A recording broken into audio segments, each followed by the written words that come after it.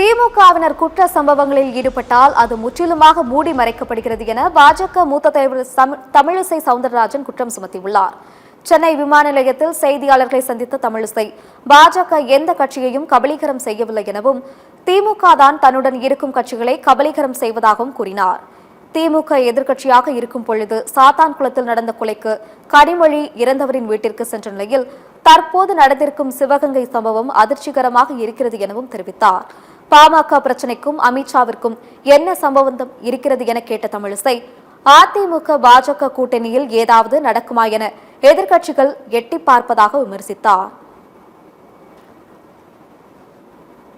திராவிட முன்னேற்ற கழகத்தை சார்ந்தவர்கள் குற்றங்களில் ஈடுபட்டிருந்தால் அவை முற்றிலுமாக மூடி மறைக்கப்பட்டு கொண்டிருக்கிறது என்பதற்கு சிவகங்கை பிரச்சனையும் ஒரு உதாரணமாக இருந்து கொண்டிருக்கிறது.